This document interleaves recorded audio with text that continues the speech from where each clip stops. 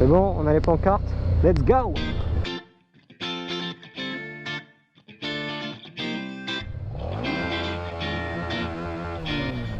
Aujourd'hui, je suis allé manifester devant le Marineland d'Antibes, car je ne suis pas d'accord avec le fonctionnement de ce dernier. Des animaux majestueux dans des bassins vraiment petits. Imaginez-vous vivre toute votre vie dans votre baignoire. Des inséminations alors que vous n'êtes encore qu'une enfant et qui en plus va subir l'inceste. Des eaux mal filtrées, trop de produits qui rongent la peau, les dents, les yeux et les poumons. Des animaux qui se suicident et qui arrêtent simplement de respirer. Beaucoup de stress, ce qui emmène des comportements violents entre eux et même au sein d'une même famille.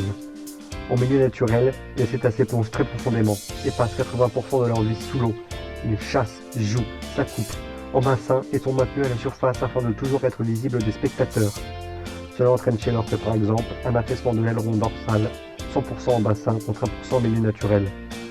Le principal organe sensoriel des cétacés étant l'ouïe, système de sonar. Les ondes sonores qui se répercutent sur les parois des bassins les assourdissent et génèrent un stress supplémentaire. Ils reçoivent pour la plupart des traitements médicamenteux assez lourds, anxiolytiques, antidépresseurs, anti-ulcères, antibiotiques, vitamines, etc.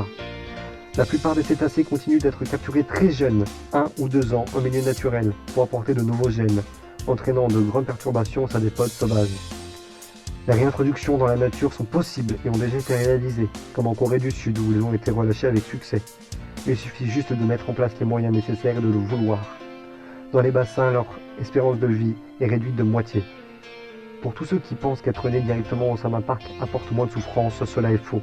Pour tous ceux qui pensent qu'à leur petite personne, en disant « moi je veux nager avec les dauphins, moi c'est mon rêve à moi je », réfléchissez à tout ça avant de prendre votre décision. Il y a d'autres moyens pour nager avec et de s'en rapprocher tout en les respectant. PS, les suivre à 10 bateaux avec 110 touristes par bateau ne rentre pas dans la case respect. De plus, nager avec eux dans des coves pensant que l'animal a plus de liberté est également une erreur. Vous nagez avec un dauphin arraché à sa mère. Et quand on répond à un stagiaire, ici, on ne fait pas de sauvegarde animale mais du business, on leur assure juste une survie à peu près décente, je trouve ces propos assez honteux.